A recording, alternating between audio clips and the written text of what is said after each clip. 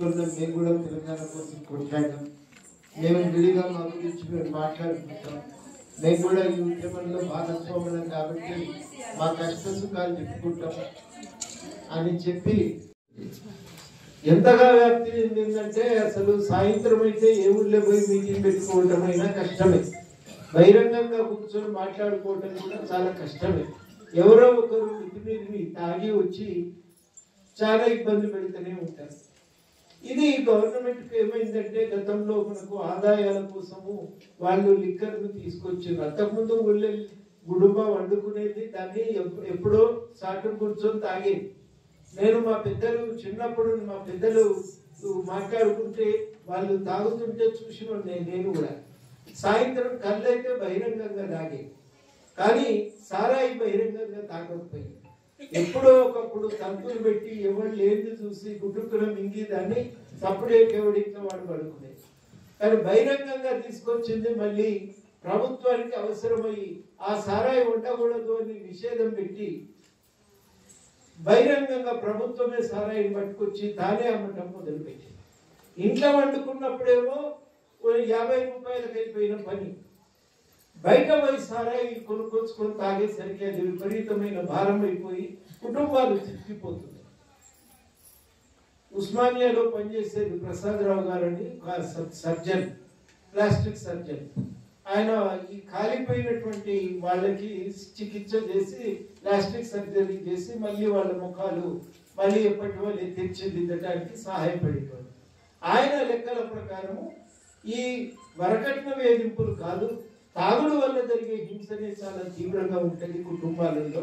అందుకని తాగుడు అనేది ఆగాలి. అప్పుడు చాలా పెద్ద ఆందోళన జరిగింది. ఇవాళ కూడా మనకి ఇది ఒక తీవ్రమైన సమస్యగానే ఉంది. కుటుంబంలో హింసకు, కుటుంబ ఆదాయము పూర్తిగా గండిబడి అది మన చేతికి రాకుండా పోవటానికి ఇది ప్రధానమైనటువంటి కారణంగా ఉన్నది. కాబట్టి తాగుడు అనే వ్యసనం నుంచి మనం కాపాడుకోవటం, కుటుంబాలను కాపాడుకోవటం కూడా మనందరి మీద ఇవాళ ఒక ప్రధానమైనటువంటి బాధ్యతగా ఉంది. ఎక్కడికక్కడ గల్లి గల్లికో దుకాణం పెడితే ఎంత తాగితే మనకు ఎంత లాభం అనే రీతిలో పెద్ద ఎత్తున తాగుడును ప్రోత్సహించడం.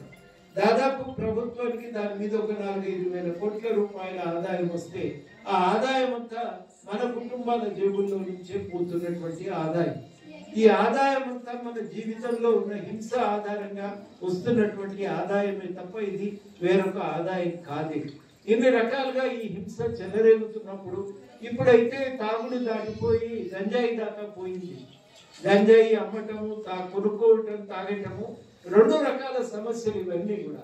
ఒకవైపు ఆర్థికంగా కుంగదీస్తూ ఉంటే కుటుంబాలను, ఇంకొక వైపు ఇది మనకు ఆర్థికంగా కుంగదీయటమే కాదు, కుటుంబంలో విపరీతమైన హింసను కూడా అవి దానికి ఇస్తా ఉన్నాయి. కాబట్టి వీటి మీద కూడా మనం గట్టిగా నిలదీయవలసిన అవసరము ఉంది, మాట్లాడుకోవలసిన అవసరం ఉంది.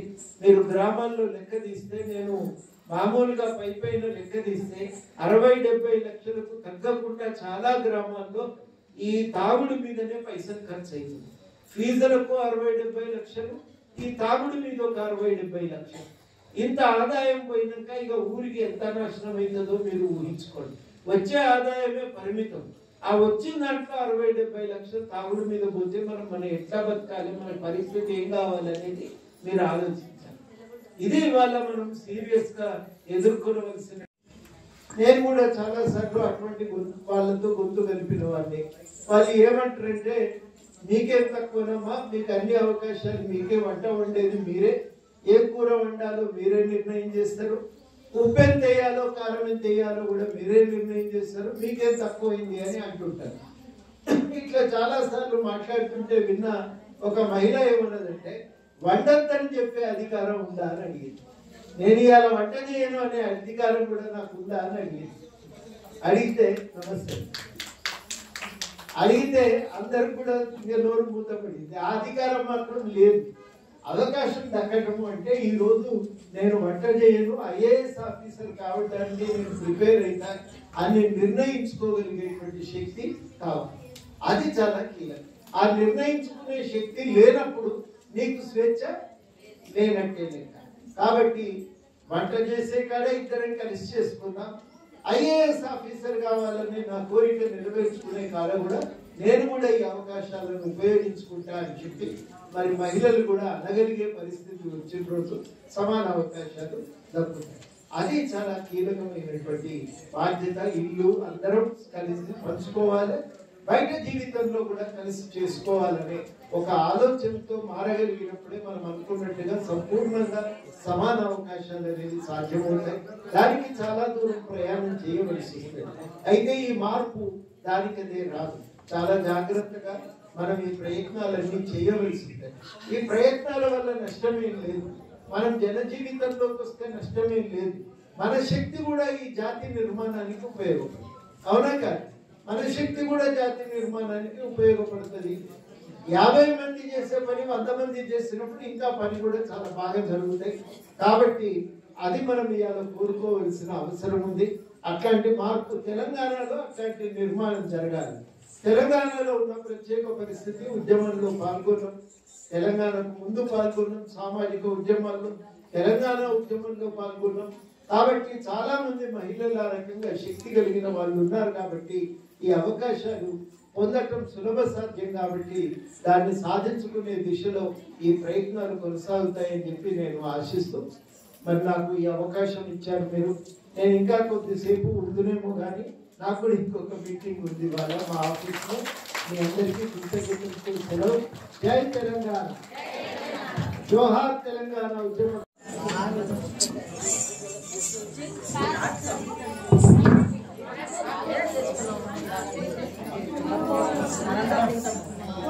ఇంతమంది పడతారా దాని మీద?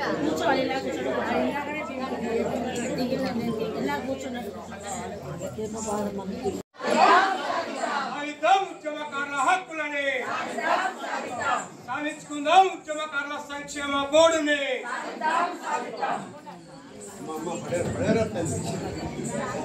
సారు అక్కడికే వస్తాడక్క, మీరు అక్కడ కూర్చో చూడండి.